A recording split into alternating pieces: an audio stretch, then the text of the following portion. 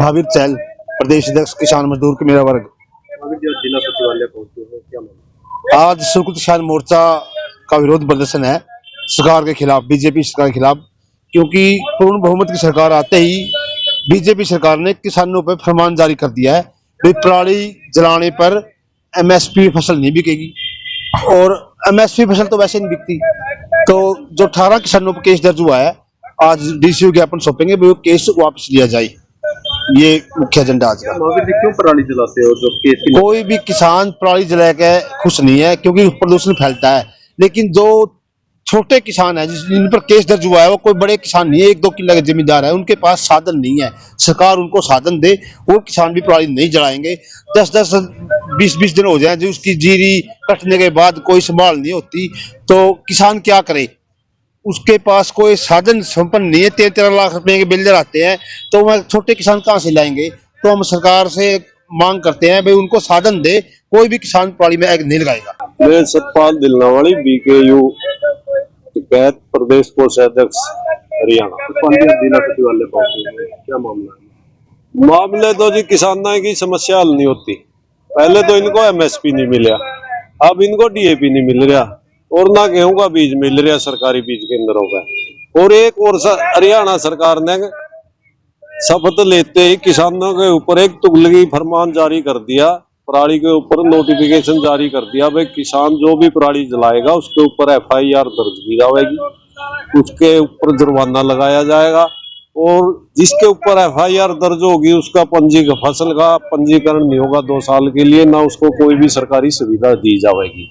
ये आदमी गलती है करे और सजा 3 दे रही है सरकार, जो हमारा संविधान भी नहीं मानता।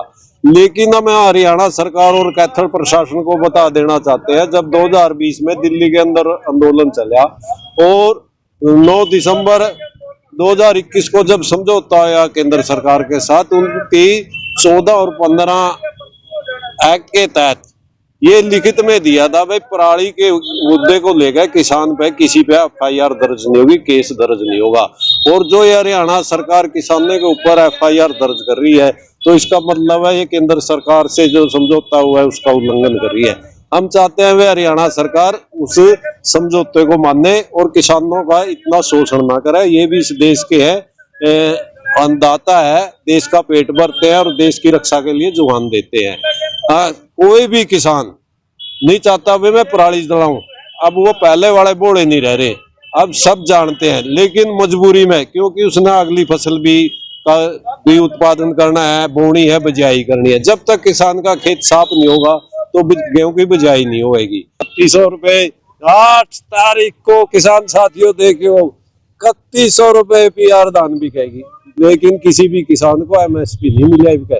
30% या 25% लोगों ने एमएसपी का रेट मिला है, नहीं कोई एमएसपी नहीं मिला। तो सरकार इस तरह धोखा ना करे। किसान पहले तो राम ने मारे, अब की बार बारिश नहीं हुई है, फिर डेटा खर्चा हो गया, फिर उत्पादन भी घाट है, जिसे किले में 80 मन थी अब की बार 60 मन हुई है, फिर एमएसपी नहीं मिली।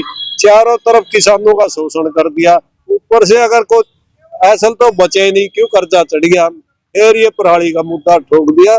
तो किसानों के अंदर नाराजगी है। हमारे हरियाणा सरकार से कहा इसके ऊपर दोबारा सोच विचार करे, किसी भी किसान पे एफआईआर दर्ज न करे। जिन भी किसानों पर एफआईआर दर्ज है वो केस वापस ले ले, और जो गिरफ्तार है बिना शर्त उन भाइयों को रिहा कर दे।